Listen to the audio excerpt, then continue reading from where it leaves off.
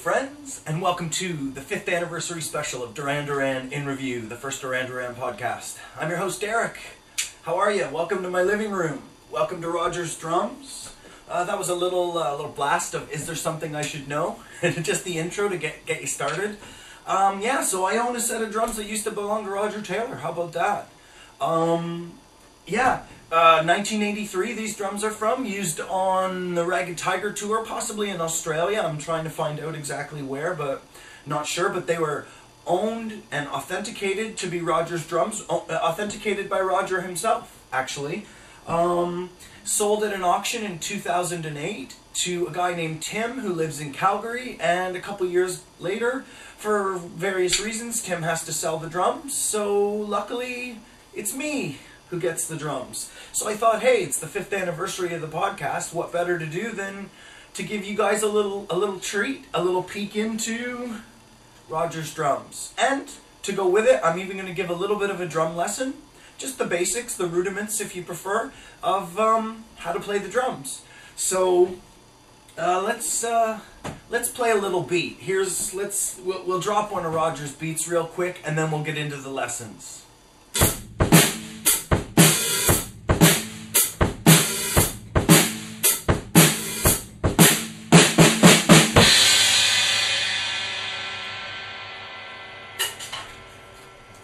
Alright, that was a little sort of new moon on Monday kind of thing.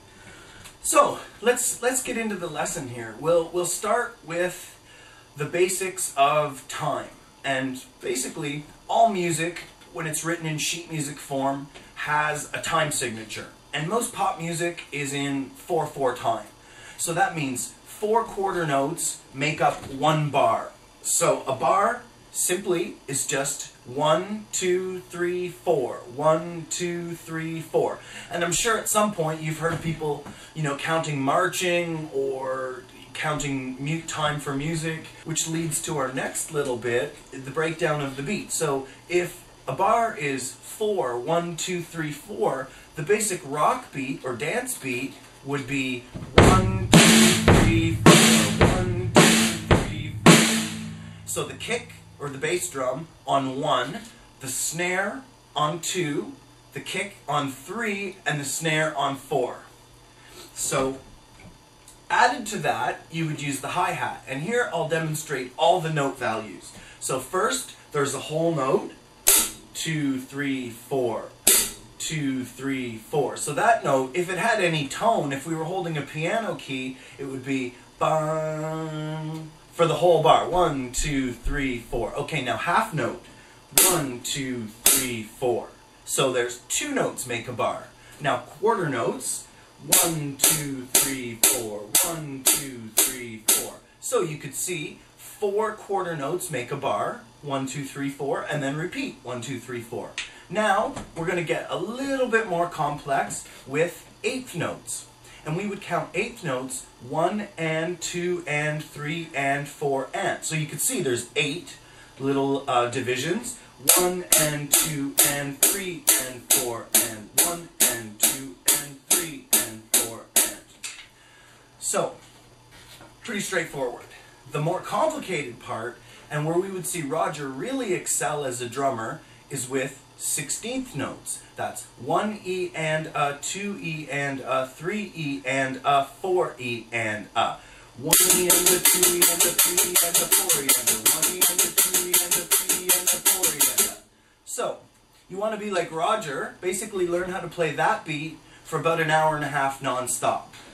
A good example of one of Roger's sort of basic beats would be something you'd hear on Hold Back the Rain. So I'll just play the basic groove of that song, and you can see the 16th notes in action. You'll have to forgive me, everyone. The worst thing about having drums in your living room, when you have a nice hardwood floor, is that no matter what you put down, the drums slide all over the place. So the more I play, the further away the drums get from me, so it's kind of hard. I wish I could do a bit better, but, well, this is the best we can do. So, anyway, here's a little piece of Hold Back the Rain.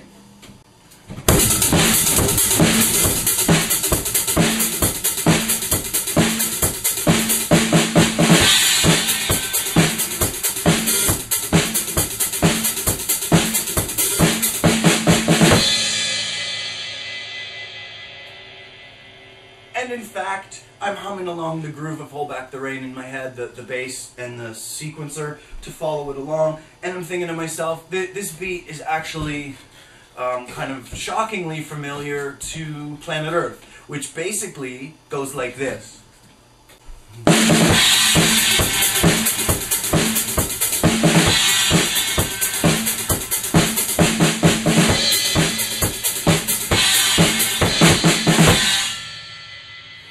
So you can see, a lot of the heart of Roger's beat is the classic disco beat that would harken back to, say, Tony Thompson from Chic is probably the master of that, which is just two hands on the hi-hats and either a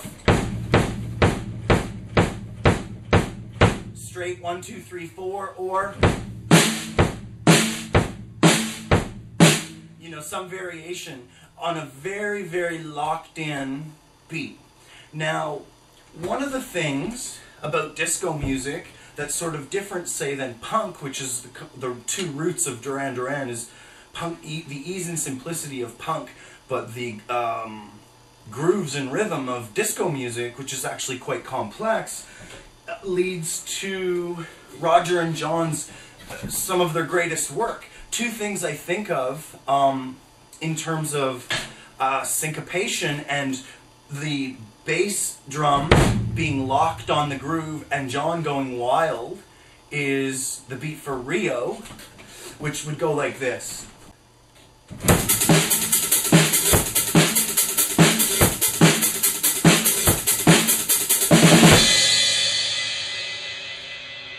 Okay, so in that beat, Roger thumps only on the 1, and then on the 2 and 4 for the snare. And if we would think what John's doing, he's playing all the rhythm of the groove. Roger, boom, and then John's part goes dum dum da da da da dum dum da da da dum dum da da da da dum. Right? That's like the classic Rio bass. He's holding the lock on the groove, and John is just dancing all around it. And that's syncopation. So if you've ever heard the word syncopation before, that's what it refers to. Another example of syncopation in Duran Duran is the classic Girls on Film. Now the thing about that, in comparison to Rio, is Rio, Roger's only playing 1, 2, 3, 4, 1, 2, 3, 4, 1, 2, 3, 4, 1, 2, 3, 4. Girls on Film, he's playing a far more complex part that actually locks with the bass. So Roger's playing,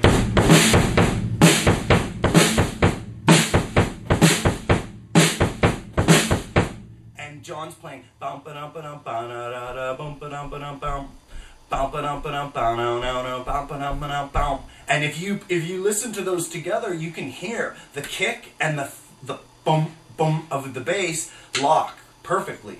So the beat on its own, what I just played, that's not the hard part. What's hard about Girls on Film is he's also playing 16th notes on the hi-hat with an opening, and it's quite fast, and it's very, very precise. So I'm going to try and do it, and I bet you, between you and me, it might even take me 2 or 3 takes, and I'll have to cover up the fact that I can't play it perfect in editing. And I don't feel too bad, because when you ask Roger what his hardest part to play is, he still says Girls on Film because of the syncopation and because of the repetition. So I don't feel bad. Let's see. Hey, maybe we're lucky today and I can hit it. My drums don't slide. Let's see what happens.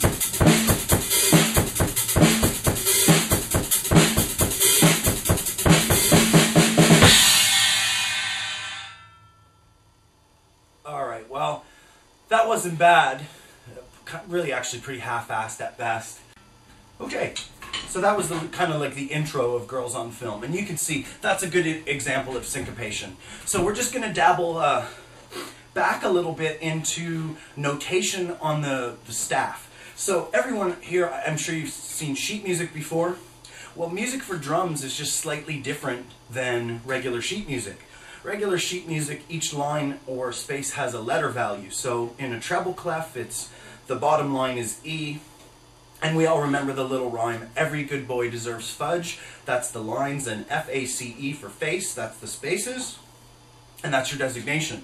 Well, for drums, it's a little bit different. So, I'm going to take my groovy 7 in the Ragged Tiger backdrop off, and I'll put a slide on here so you guys can see the breakdown of which space or line represents. So, the breakdown for the instruments are kick or bass drum, snare, tom, small tom, middle, next, large tom, and floor tom. So each of those has a designation. There's the hi-hat. The hi-hat's kind of complex actually because the hi-hat can make lots of sounds. So there's closed hi-hat, there's open hi-hat, there's a lisp. So that's a transition between closed and open and back to closed again.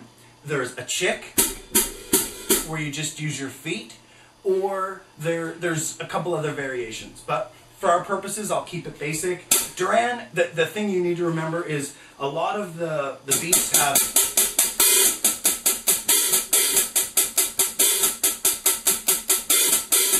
kind of that in disco. That's a big thing that adds a lot to that. Well, that to me, if you can play fast and intense on the hi-hat, you can play the Roger Taylor style.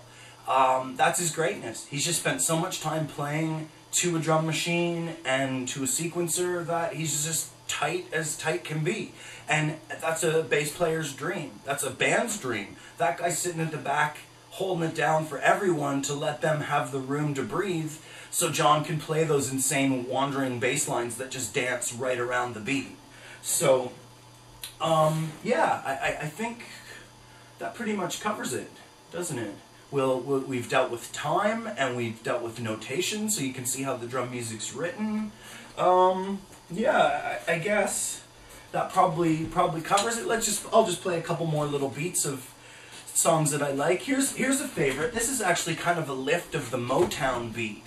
When they play the song Faster Than Light live, especially back in well, they haven't played it since '81 anyway, but the first times that they played it, they played kind of off the record version, but then after a while they modified it, made it a little bit faster, and changed the beat, and kind of gave it the Motown beat. And the thing that kind of defines the Motown beat is the snare kind of cracks on every beat, so instead of just being, it's... So, the Faster Than Light beat goes something like this.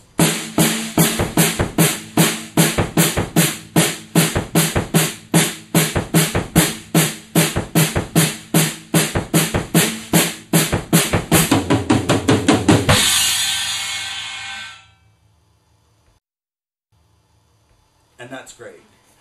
Another killer groove from the old days is the song Canada. And that has one of John's best bass lines. It just moves and grooves so nice. And on the record, you'd never know it because it's kind of synth heavy forward, and the groove is kind of pushed to the back. Well, in a gig, what they would do is they'd modify the song, and it would end up having this really, really nice beat. And let's see if I can do the intro part, because it has a really nice tom roll that leads into the beat. So let's see what we can do.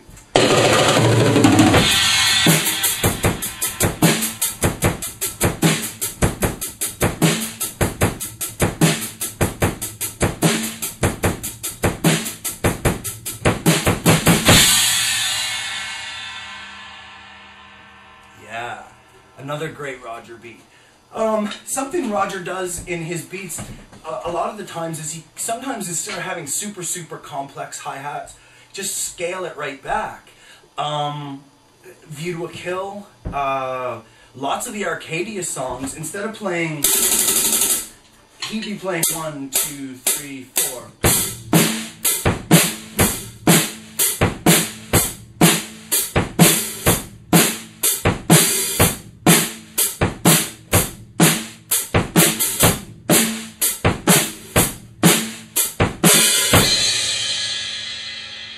That's sort of your like View to a Kill style thing. And another thing Roger does is lots of times he has drummer boredom. Like a lot of guys, he plays a track on a record and keeps it really quite simple, but then when you see an arrangement of it live, he would jazz it up a bit. So you saw at the end of that I did like a little kind of extra flurry. that, you know, on the actual record, it just keeps perfect time. Live, he adds a few things here and there and makes it more fun for himself to play. Which, you know, if you were doing it night after night, I guess that you'd sort of understand that he needs to change it up a little bit. So, I think we're going to call it a day. That is the 5th anniversary special, the video special of the Duran Duran interview podcast. Hopefully you learned a little something about playing the drums. Thanks everyone for 5 great years. Let's hope for 5 more. And yeah, email, always encouraged, fidgetal@gmail.com. I'm Derek, I'm your host. See you next time. Bye.